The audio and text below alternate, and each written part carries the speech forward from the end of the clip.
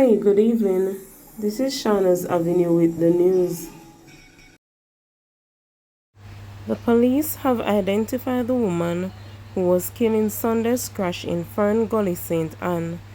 She is 49-year-old Suzette Thomas, a housekeeper of Wildman Street in Kingston.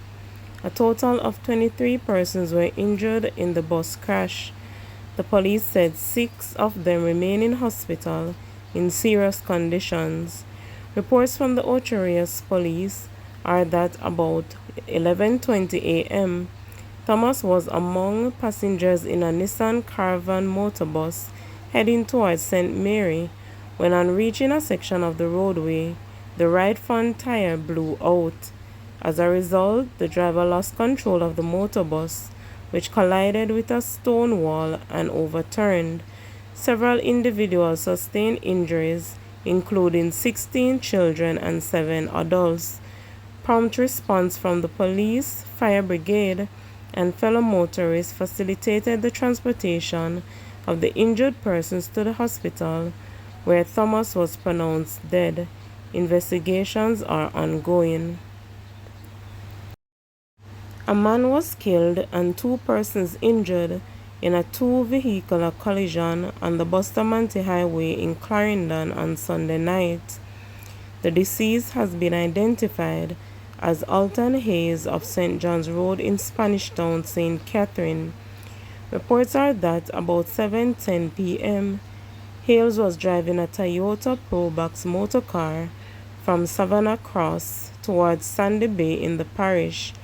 He was reportedly maneuvering across the highway when his vehicle collided with a Honda Vezel motor car and overturned. Hales, a woman who was a passenger in the Probox, and the driver of the Honda motor car were injured. They were taken to the hospital where Hales died while being treated. Investigation continues. The Hanover police are probing the shooting death of 68-year-old Clinton Moody at his shop in Montpelier, Sandy Bay. They say a firearm and several rounds of ammunition were seized at the scene. The police report that 8:05 p.m. on Sunday, residents reportedly heard explosions coming from the direction of Moody's shop. Upon reaching the area, Moody was seen lying on his back over the counter with multiple gunshot wounds. A report was made to the police, and on their arrival, the scene was processed. During the processing of the scene, a brown 9mm pistol with a magazine containing 5 9mm rounds of ammunition was found. He was taken to the hospital, where he was pronounced dead. Investigation continues. A man has been charged after he allegedly pointed a gun at his neighbor as he took out the garbage on Friday in Kingsvale District, Hanover. Charged with assault at common law and possession of a prohibited weapon is 24-year-old Tevin Cooper, otherwise called Tev, of Ginger Hill, Kingsvale in the parish. Reports are that about 9:30 a.m., a man was at home disposing of garbage when Cooper, who lives in the same yard, approached him and allegedly pointed a gun at him. A report was made to the police and an investigation has launched. Cooper was subsequently arrested and charged. His court date has not yet been finalized. Police have launched a probe after a popular jewelry store in the tourist resort town of Ocherius, St. Anne, was broken into and robbed Monday morning. The store, Gem Palace on Main Street, Ocherius, was reportedly broken into between 3:20 a.m. and 3:40 a.m. An undetermined assortment of jewelry was stolen, the police said. Reports reaching the news indicated that around 3:48 a.m., police received information about a break-in, and a team was immediately dispatched to the scene.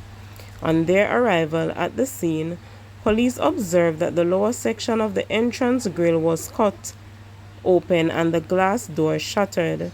The operators of the store were contacted. They later arrived and confirmed that the store was broken into. The operators were at the time unable to put a value on the stolen items. Initial police investigations have uncovered that a man dressed in a black hooded jacket was seen coming from the jewelry store and heading up Main Street. Residents of Portmore and St. Catherine are expressing concerns that the eligibility criteria for the path of advancement through health and education unfairly exclude them from receiving necessary aid. Some residents believe that the program is accessible only to those living in extremely poor conditions, such as those lacking basic appliances, using pit latrines, or residing in cramped, non-concrete structures. This perception stands in stark contrast to the comparatively higher standard of living in Portmore, where most residents enjoy better housing conditions. Despite this, there is a significant number of individuals in need of support, particularly for child care. At a town hall consultation held at the Hart College of Construction Services Auditorium in Portmore, community members voiced their opinion that the program selection process shows bias against them.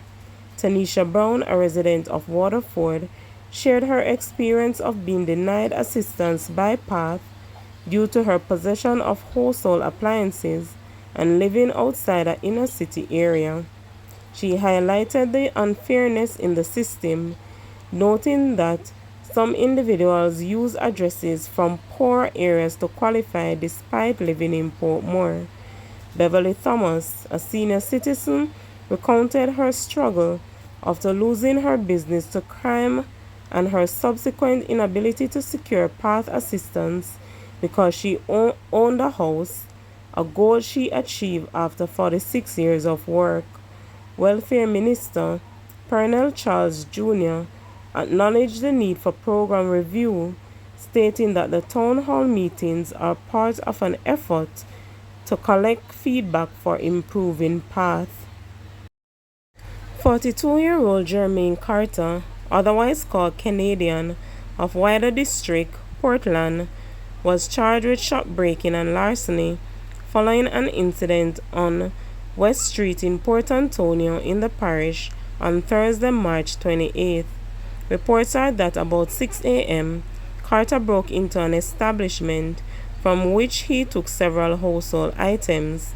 After a report of the incident, an investigation was launched, and during the probe, the security systems at the establishment showed Carter entering the building and leaving with the stolen items.